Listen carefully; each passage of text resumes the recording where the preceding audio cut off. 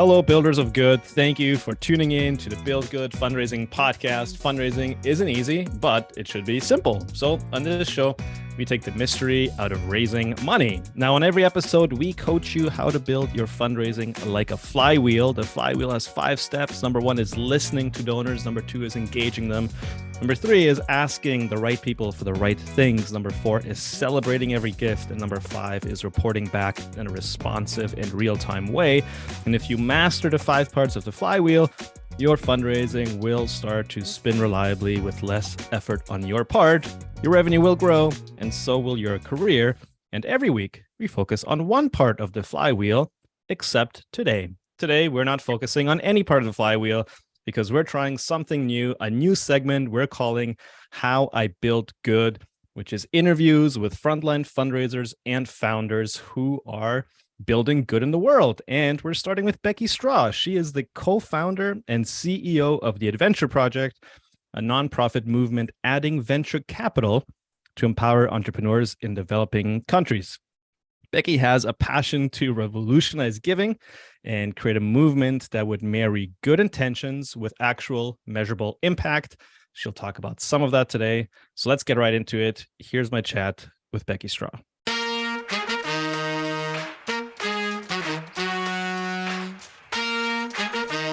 Becky, thanks for coming on the podcast. Thank you so much for having me, Mike. It's great to be here. I've been following you for a few years on, I think maybe Twitter first or maybe LinkedIn, but I've just kind of known about you somehow, and you kept popping up. And especially during COVID, I was on your email list and I started getting these lovely emails from Becky. And I think one email was like, oh, my kids are running around and like, excuse me. I don't know. It was like very like real. It sounded like you had actually literally just sat down to write this email. So I've been meaning to chat with you for a while. Well, thank you. Hopefully you didn't read my sense of desperation there. So it's like, it's probably all true though. I'm like, I've got 5 minutes. I think every parent knows that moment where you want to execute things, but yeah, right. You're not able to edit. You're the social entrepreneur who founded the Adventure Project, and we're going to bookend our conversation. We're going to start and end the conversation on where the Adventure Project is at now, today in 2023. And then in the middle, we'll talk about how it all got started and how you're actually building this thing. So right now, if you're sitting on a plane, somebody sits beside you and they're like, oh, what do you do? You're like, oh, I'm the CEO of the Adventure Project. Well, what's the Adventure Project? So how do you answer that question? Yeah, that's a great question. So we normally describe it as we work to lift people out of extreme poverty by providing job training and skills so that once people are working, they are caring for their communities. We also stipulate that we're not creating any job. I know every job is important and valuable, but we're really hyper-focused on jobs that are not only lifting that family out of extreme poverty, but it's impacting the entire community with a needed service. So that's everything from focusing on healthcare workers to helping farmers grow more food, training well mechanics and water kiosk operators.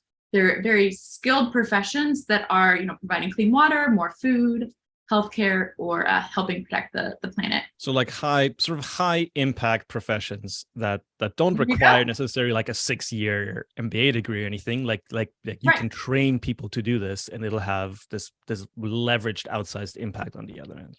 COVID hit and we realized they are essential workers. We like, well, oh, that's what we're doing. And that's was so encouraging for us. As soon as we saw COVID hit, we thought we were in a lot of trouble, much like most nonprofits. And then we realized the jobs that we created are other people were still working. They're turning on the water and they're still out there providing healthcare. And it was a phenomenal testament to the work that our local organizations in Africa do.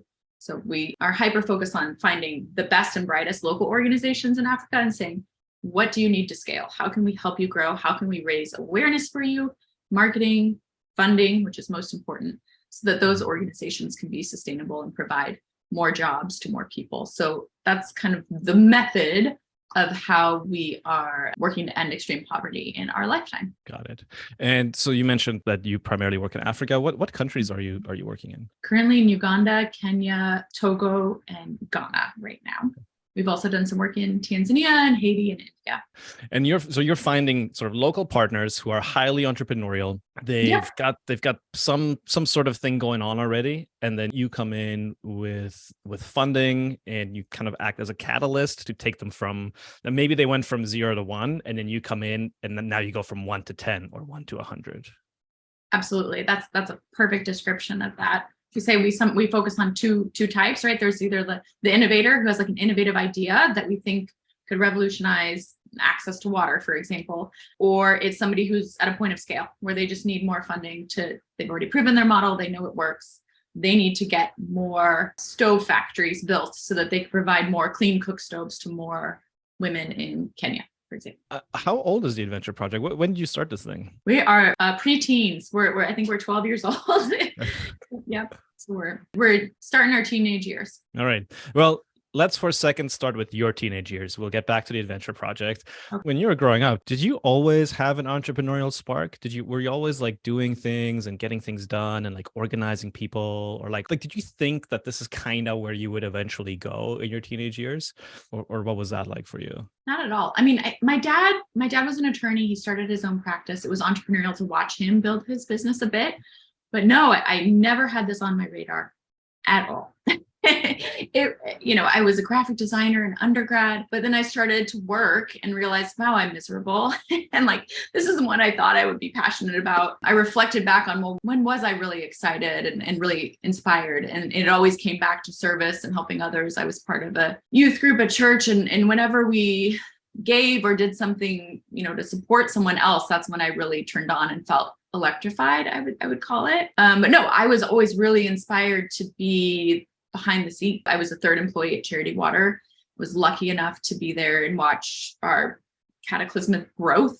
And I loved, there was a lot of entrepreneurialism in my job and figuring out what to do, but I loved being behind the scenes and just seeing how I can support others and help their dreams take off. Right. It was never really a dream to be an entrepreneur myself. So you're employee number 3 at Charity Water when they were getting started. But right before that, were you a graphic designer and then you went to Charity Water, or how did you end up at Charity Water? Yeah, I never ended up even really using the graphic design degree. No, I was a swimmer in college. And so I did that. And, when you're in high school, that's what you think about. That's how I chose my college, was the one that recruited me to swim. Sure. I was like, not really thinking long-term, like, oh, you can't really become a professional swimmer. At least definitely I could not. There's like 5 people who can, right? Like Michael Phelps, not one of those. So I didn't have like a long-term plan. It was really just, I was passionate about swimming and I loved art.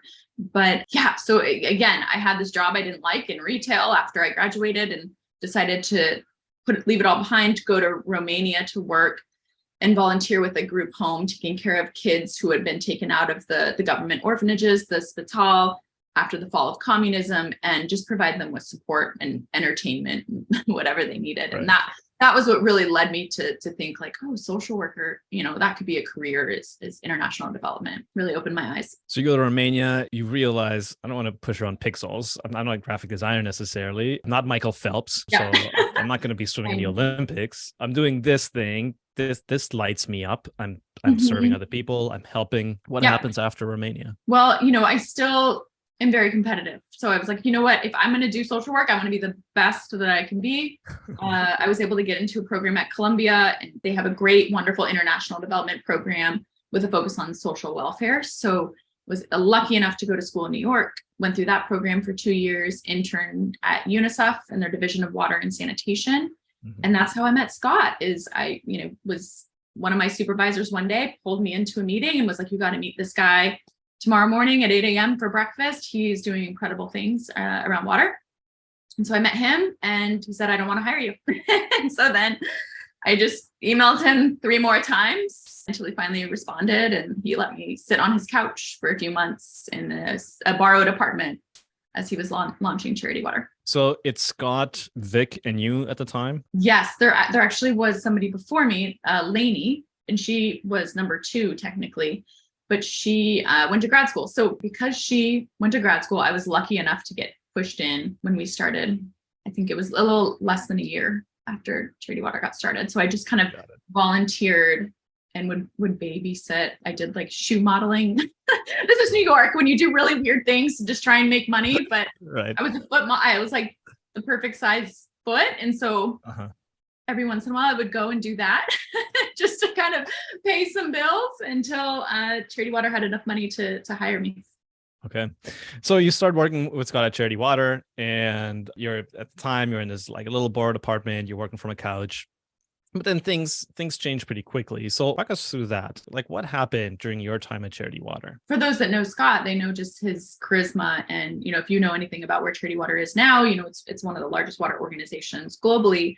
It's just a phenomenal guy. It was really inspiring to see people who had the right gifts aligned for the right reasons. Vic, his wife, was the designer, and she just had such a keen eye for making stuff look so good. So I would say it was really just serendipitous that they hit the market at the correct time. Nobody else was really doing beautiful websites, beautiful social media. Twitter sent their team to come into our office to teach us how to tweet because Twitter had just launched. So we just had like all these things happen. And then in a month we had 1 million followers because we were on. Right. Twitter used to recommend like, thanks for signing up. Here are 50 people you should follow. And we were one of those. So there was just an insane amount of opportunity for growth and scale. And it was really fast paced, remarkable. I was on the program side and I was managing all of our partnerships in the field. So setting up, I think it was about 11 countries by the time I left, and setting up the water portfolio. So I say I never was really part of marketing, part of fundraising, but I just kind of did a little bit of anything that needed to be done. So that's what you do when you're a startup. So it was a pretty phenomenal time. Yeah. So you're learning about partnerships. You're learning how to set all these things up. You're giving this immense amount of responsibility, which a lot of people don't have the chance to get right out of college. And you're part of a fast growth environment. It was graduate school, but I think I was like 26, and then suddenly managing, I think $17 million in a portfolio. So it was very humbling. And I spent about a third of my time in Africa, just vetting and finding different local organizations that we were working with and assessing their water needs. And it was such a phenomenal responsibility and phenomenal opportunity. I think I feel very fortunate. Yeah. Now, at some point you leave Charity Water, and is that when you decided to start the Adventure Project? A little bit. I think for me, and it harps back to being a social worker, is really sitting down and listening to what people want and making sure that anything you do is done with intention and purpose and dignity behind the service you're trying to provide people. So for me, I always say 2 things kept happening. I was spending a third of my time in Africa, just on the ground, meeting different people, different partners.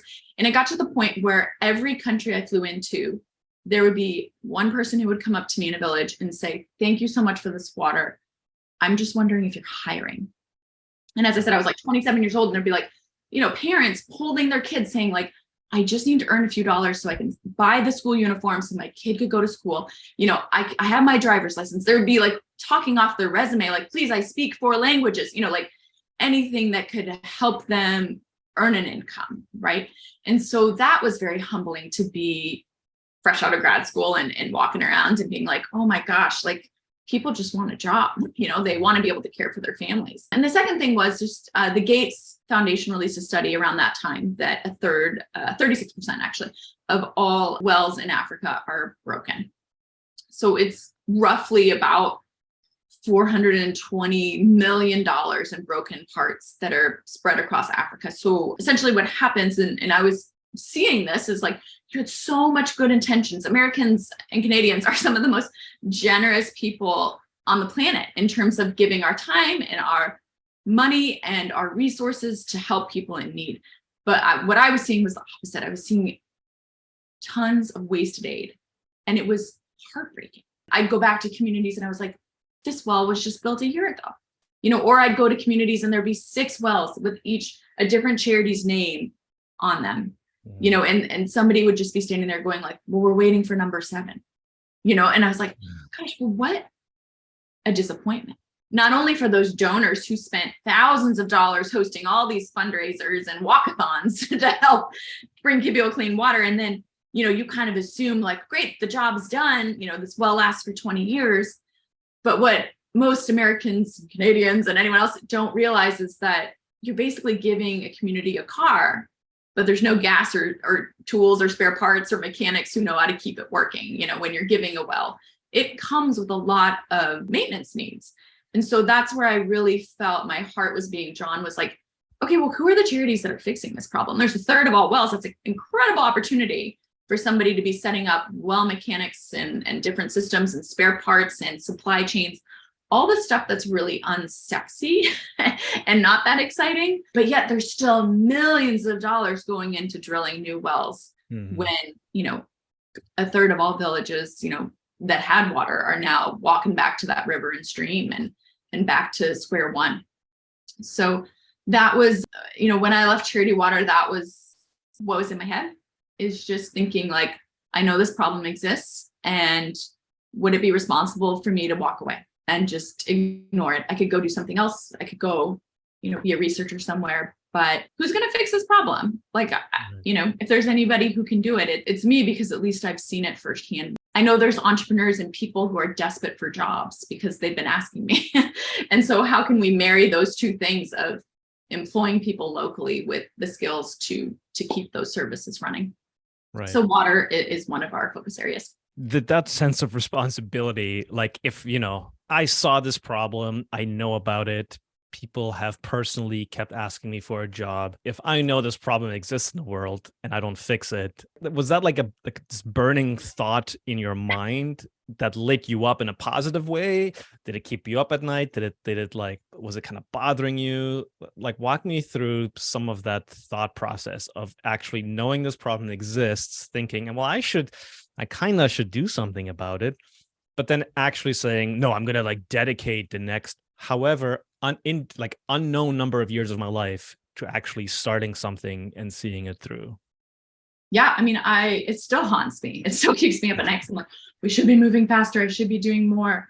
Absolutely. Absolutely. I share this story sometimes, but when I was at Charity Water, I was in Liberia, and the road is unpaved. It's a 6-hour drive up north. And so it's a very bumpy road. And this woman jumped in front of our car, and we could see she's holding a small baby. And we get out, obviously, to see what the problem is, because she was waving frantically that she needed help. And she was carrying what I thought was a baby. It was actually a toddler, maybe 2 or 3. You and I have small kids, so I try not to cry about this too much. But baby was completely malnourished, the toddler, probably the size of a young infant. And she was asking for help. And she's like, I don't know where to go. There's no health clinic. I haven't been able to seek help for my baby. I was just standing kind of off to the side because I wasn't part of the conversation. And to make it more heartbreaking, the translators turned to us and they're like, what's interesting is what's so sad is she's actually not speaking English. She's speaking French. English is the spoken language in Liberia. They're like, she's speaking French. And we just asked her about it. And she actually is from Guinea. And she's just spent 3 days walking through the forest in search of someone to help her. And you're just like, oh my gosh, Yeah. Of course, what mom or dad wouldn't do that for their kid? And I got back in the car and was like, if I'm supposed to be here helping people, I'm doing a terrible job, because we keep flying in medical volunteers and doctors, and we're just going to keep sending expats over who are going to feel great doing this 1 week volunteer assignment, when really what people need is just simple, affordable medicine and access to community healthcare workers and people locally who, when that mom has a sick baby, she could just walk to the neighbor next door or the health clinic, So really, for me, it's how do you build capacity like that? How do you take these problems and break them into scalable solutions by just helping set up, locally run institutions where people can solve their own problems in their community? And how do you pass that training off to others? And that's what, keeps me up at night. At what point did you decide to then start the adventure project? And what was the inflection point where you actually open up the bank account and you register the 501c3 or whatever it is? I was let go from Charity Water. The day, it was a complete shock. I had no clue it was coming. I had just been given a raise 6 days before that. I couldn't understand. I didn't have any details, but I remember the next day I just thought about it. And I remember I needed a printer because I didn't have one at my house. And I was like, I'm going to order a wireless printer. So if I'm going to do something that needs a lot of people, we are going to need wireless printing. And that's how I started. It really was by the end of the week. I remember Friday on Amazon, like the wireless printer showed up. I was like, okay, let's figure this out, And as I mentioned, that trip to Liberia, I had gone with Jody, my co-founder, and she and I became fast friends because she's a mom with 6 kids who was one of the first like mom bloggers, just like really made a name for herself, understanding WordPress and getting the word out, and was our largest fundraiser. And we became fast friends around the thought that, sometimes the most impactful work is the work that's unseen and unheard. And if we all were just channeling our good intentions to the right places, we can, help a lot more people, a lot more deeply and a lot more intimately than just doing what's shiny or new. So I emailed her, and her husband was in between jobs too. And she's like, yeah, let's do it. Why not? So let me just get this straight. You're fired. And the next day you're like, I need a wireless printer because we're going to do something and we're going to need a printer for it. Mm-hmm. Yeah. I mean, and it was bubbling over for a while. I mean, maybe that was why I was let go, but I was really passionate about effectiveness. Like I said, I'm competitive. And so it's like, why install wells if nobody is there to keep them working? It's dumb. And so really becoming hyper-focused on sustainable impact was all I cared about. And so that's what was in my head. And I'm not saying Charity Water was doing a disservice. They were raising a ton of money for local organizations. It's that the local organizations didn't have the right skills and capacity to keep them working. And nobody was thinking entrepreneurially or with a financial mechanism to keep those wells working. Wells would break and the whole community would be like, or they'd set up a savings account, and then you'd be like, well, how much money is in your savings account? And they'd be like, $10. And so it's like, okay, well, clearly that's not an effective system. So, yes, the next day I was this, but it really took a few more weeks of iteration. And I think I was let go in like August, and then we launched in October. Wow. So we talked about how you are helping entrepreneurs who have maybe gone from 0 to 1, go from 1 to 10. And let's talk about how you went from 0 to 1. You ordered a wireless printer. You get your co-founder who you became a good friend with, but you gotta start raising money, and you gotta start finding supporters, and you gotta start finding local partners. You gotta there's like the laundry list of things to do to get started is like 1,500 things. Walk us through that journey after ordering the wireless printer, like what your next step was. Like, I will tell you all the things not to do or things I should have done differently. I guess that's the way to put it. Yes, we launched without salaries. We both agreed, like, let's try to not take salaries for a year if we can. I had done some consultancy work for UNICEF, so I had $4,000 that we put into our bank account, and we just worked off that. Our first campaign was for charcoal efficient stoves and clean cook stoves. For people who don't know what clean cook stoves are, they're incredible. Most people cook over open fires. And by people, I mean mainly women. Often their children are strapped to their back. They're breathing in about 2 packs of cigarettes per day of smoke. So it's making it one of the leading causes of death, which is respiratory illness, just from breathing in all that toxic carbon smoke. Also incredibly harmful to the environment because you're releasing all that CO2 into the atmosphere. It's really inefficient. So helping to set up charcoal efficient stove productions, and nothing fancy or simple, but locally sourced materials, and then you train women to sell them in their communities. It's a really phenomenal business model that has a lot of quick wins in terms of impact. So that was our first campaign, and we were like, okay, shoot, well, what do we do? We knew the local partner already. We flew to Haiti. That was our first program. The partner was starting up the production there because Haiti doesn't have a lot of natural resources because it's all been deforested because of things like this. And so we felt like it was a great story, and brought a video camera guy that I knew, and we shot a video. And so we told the story through video. We also thought, well, what do you want to do? Can we buy a gift for Christmas? And so we went to the grocery store and bought charcoal and sold lumps of charcoal in red boxes, and said, like, for every lump of charcoal, every lump of coal, put a lump of coal in your stocking, and you'll provide a charcoal efficient stove to a woman in Haiti. And so that got some traction, and we just, spent some time emailing some PR people, and we're able to get it picked up on some news outlets. And yeah, I think we raised, oh gosh, maybe that first year, we raised 130,000 that first year, but that first campaign was probably like 30 to 40K. And so that was at least something to be like, oh, great. Like that's a lot of money when you send it to Haiti and you don't have a lot of overhead. How did you find your first 100 donors? Facebook and Jody.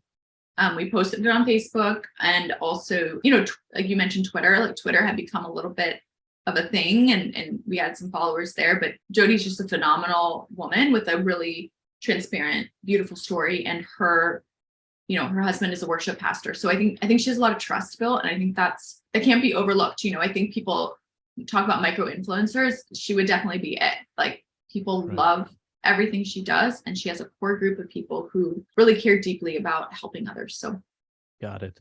So did Jody bring along a bit of a church connection as well? Like was she able to plug into her husband's community at all, or how did that work? I would think so. I think we both, you know, kind of talked to anyone, tapped on anyone's door that we could. Mm-hmm. Church people are super generous. You know, her two youngest kids, she has 6. Her 2 youngest are from Sierra Leone. They adopted them when they were 2. And so there was also that story of like her knowledge that she really wanted to make sure that she was representing her kids and that her kids' future, and that they were having a family that was internationally minded, which I think is really beautiful. Naturally, she then attracted a lot of other people who adopt internationally because they feel that kinship to making sure people are taken care of. Right. So you raised 30 to 40K in your first campaign, which is amazing, by the way. And then you're like, okay, well, that campaign is over and we got to build a bit of a sustainable revenue thing, right? Because we want to grow, we want to do more. You would think I would do that. I did not do that. Okay. I mean, I think because at that time it was campaign focused, and that's where I came from at Charity Water, was like big, splashy, like get lots of buzz, a lot of Twitter followers, like the lead up to a campaign launch and it story and photos and all of that stuff. I will say what I should have done, and Jody suggested this, I didn't listen to her, was immediately start monthly giving. Immediately start building a sustainable mechanism to get people on board. It took us like 2 years before we actually did that. And when we did that, we started with operational support. We wrote people and said, like, we've been going for a year and a half. We've kind of run out of money. Like, could you contribute $100 a month to our operations so that we can pay for ourselves and, you know, have internet and things like that.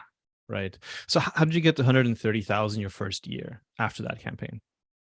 How did we get to that number? Yeah. All just campaigns. Like then we flew to India, and then we flew, then we flew to Uganda, and we would tell another story. And so it was, our original philosophy was like every quarter we're releasing a new campaign with a new story and a new activation and way for people to get involved. Like a completely new marketing campaign, which you can do when you're 29 years old, but it's a lot harder when you're tired right now, like me. But sure, and you know, there's a lot of work that goes into like the build up and the landing page and all of that stuff. And we've now learned too that, you know, a lot of people just want to have that trust of knowing they're giving to the right places. And as you mentioned, like really trying to focus on how can we report back in a really beautiful way and really show people the impact of their gift.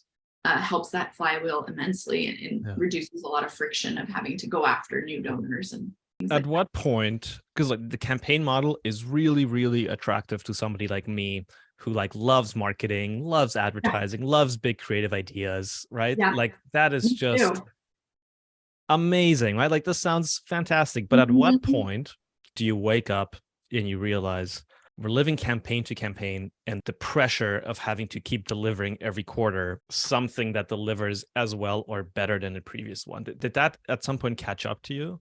Absolutely. I think you just look at your books and you're just seeing like your months go like this. Like if you're launching one every quarter, it's like, okay, well then there's 1 month higher, and then the other 2 months you're kind of holding on until the next one.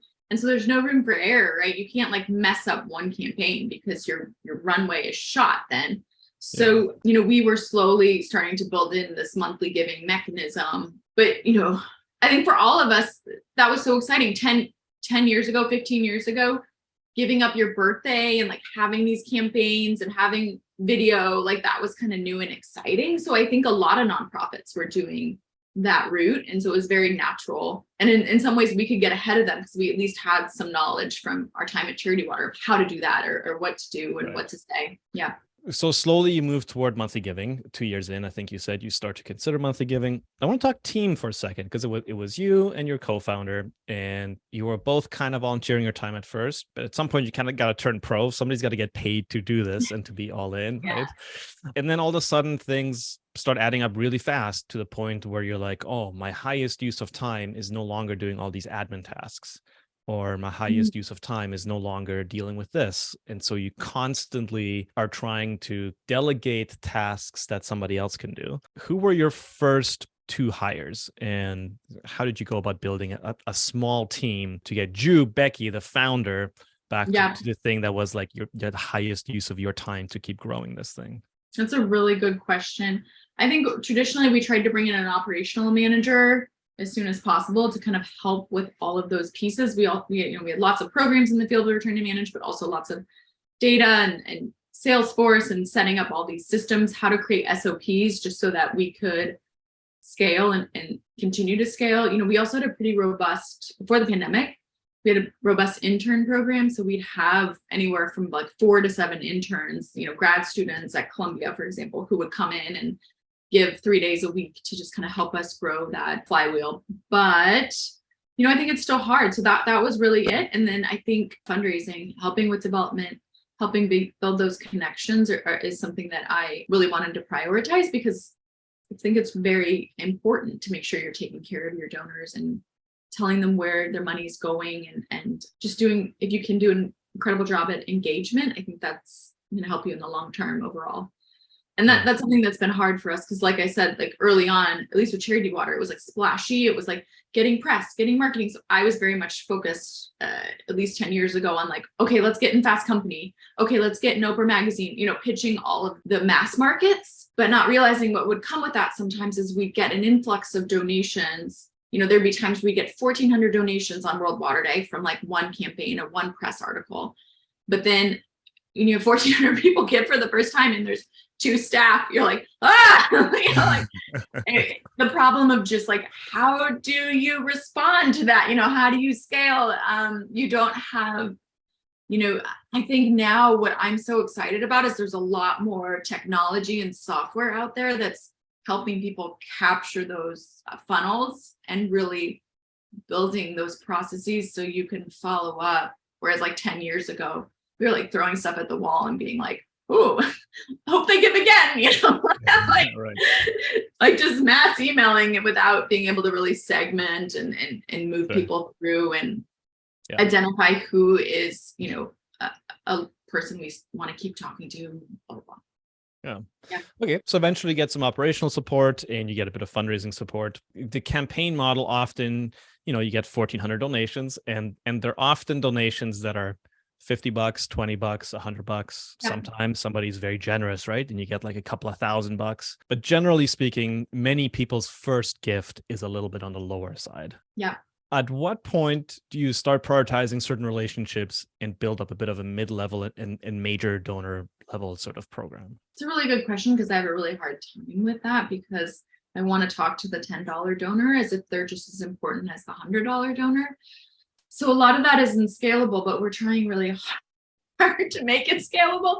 I'll say that like even this last year, our average gift size was like $230. So it's still just a lot of donors, but I think that's intentional. Like we want to make sure that anyone can give and see their impact. If not, they would just give to the Gates Foundation and get like a tax receipt, Right. Our goal is to make it easy for people like you and me to give effectively and be able to see where their money is going. Yeah. So I think with scale, with monthly donors, we treat those people like VIPs. We've kind of made a line in the sand where like anyone who's at the $500 mark or over, we just classify them as a VIP and they get more personalized communication in terms of like a phone call, a personalized note for myself, holiday letter, impact report, things like that are more like tactile or in the mail or personalized. For everyone else, we're now thinking about, and this is our 2023 planning, is like, how do we move the $230 person up to the $500? Like what steps are we taking the mid-level people and how are we pouring into them so that they feel like they're VIPs and they'll be willing to jump up to one of those levels, either as a monthly donor or matching gifts. Like corporate matches have been really good to us this year. And that's been really interesting to see.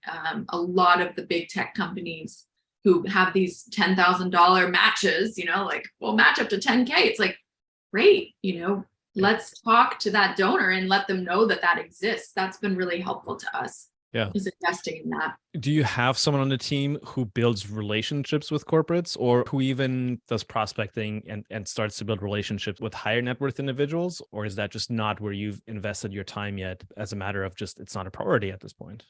No, that's a great question. Last year, a little over a year ago, we hired Michael, who's been wonderful. He is like our head of growth.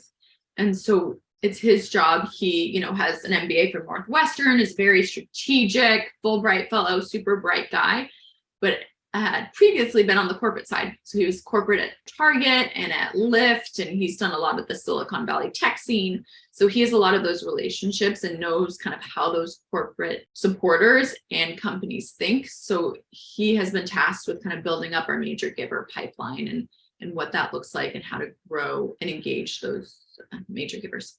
So in 2023, what's your revenue look like? What are you roughly doing in annual revenue? And walk us through just roughly, how does that split down into mass giving, mid-level giving, corporate, bit of a snapshot of how you're making money right now to support all the amazing things that you're doing.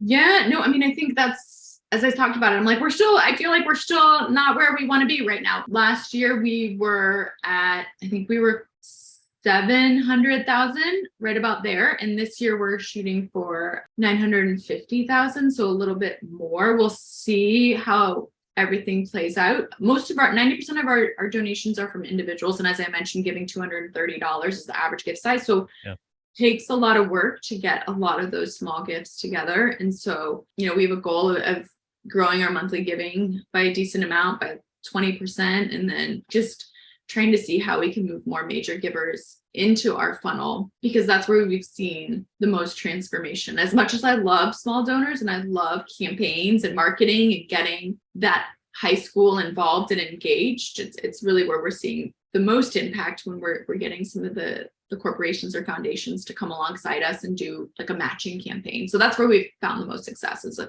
the corporate partner or foundation is like, yeah, we're going to give you 50K for X. And then we say, great, we're going to leverage that, match it with our small givers, run a campaign with them, talk you up and thank you for all your generosity. And then that way 100K is going to Kenya to help farmers or something like that. So that's when we've really seen marrying those two things. It's been really effective for us. So that is another one of our focus areas. Yeah. What's your biggest challenge? Scaling.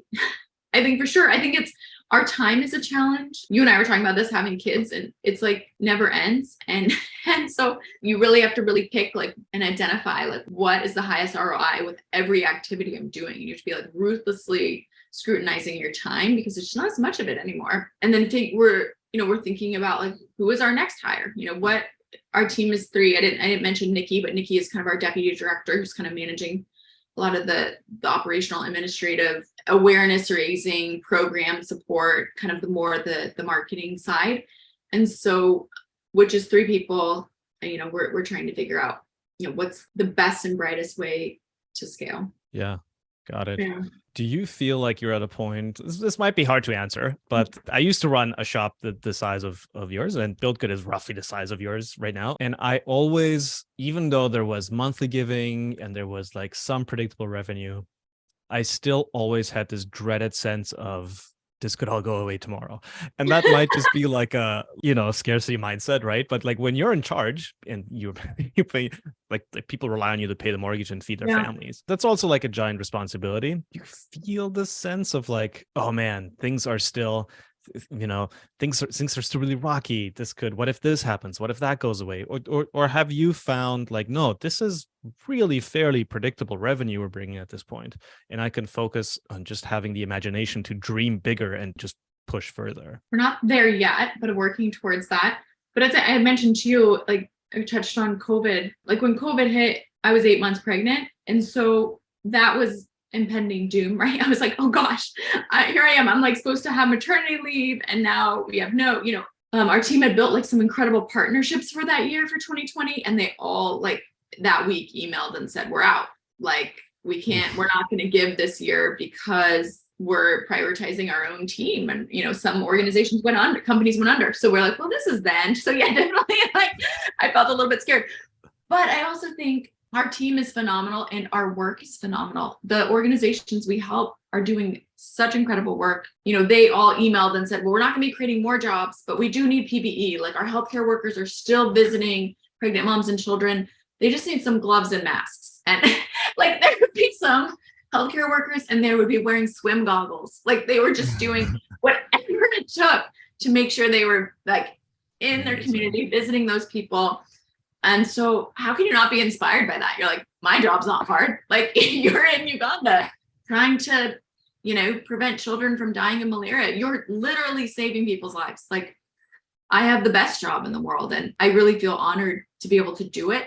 The impending doom for me is knowing that there's so many people out there who want that job and want the opportunity to work. And our local partners are pinging us politely and being like, we're growing, grow with us, And so that's where I feel the most stress is I want to be bigger and brighter and better every day. Yeah. Well, let's end by talking about the future. Where do you see the venture project going? But also, where do you see a little bit of the environment that we're heading into? Potential recession, whatever you want to call it. Government says inflation is at 7%, but we're all paying 20% more at the grocery store. So that has a bit of an effect on donors, on people in general. How do you feel heading into 2023, 2024 about the adventure project and just about like growing revenue and fundraising?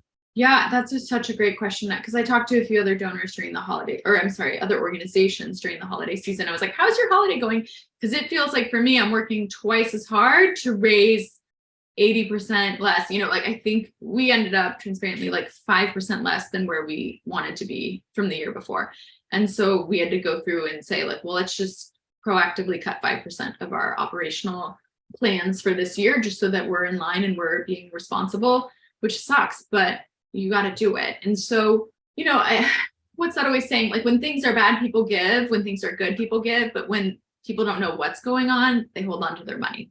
Yeah. And so I think that's what's happening right now is we're seeing a lot of people give who feel confident or they're retirees and they're not seeing these prices and they're not as affected by the economy as others. But I feel really optimistic in many ways. In part because there's so much need. And I'm hoping that people are seeing that need in Africa. Things are hitting us really hard here. I mean, they're twice as hard in Africa. I mean, some of the food prices have risen 50%. In Kenya, half of all people in Kenya are pulling into their savings to go to the grocery store. So it's insane, the impending food crisis in East Africa and the other needs that are hitting people really hard. And so my hope is that we don't go numb to that, but that we start to really ramp up what we're doing and that we're excited to give effectively. Well, thank you for coming on the podcast and doing the first ever How I Build Good. Thank you for sharing so transparently and openly and honestly. If people are listening to this and they're like, man, I want to know more. I want to know about the adventure project. I want to connect with Becky. What's the best place to find you and what you've got going on? Yeah, as always, theadventureproject.org. But yeah, I'd love to hear from anyone. I try to respond to every email. Becky Straw at theadventureproject.org. It's always encouraging to hear people feedback, good or bad. And yeah, I'm here. If anybody wants more conversations with transparency, I'm all for it. I think it's needed. People need to be vulnerable and share more with this sector because it's a sector that needs more support and community. We all need to work together to move things forward. Yeah. Well, maybe we can have you on in a year or two and see where you're at then. Yeah. Please. I'd love it. Thanks, Becky. Thank you, Mike. I appreciate it.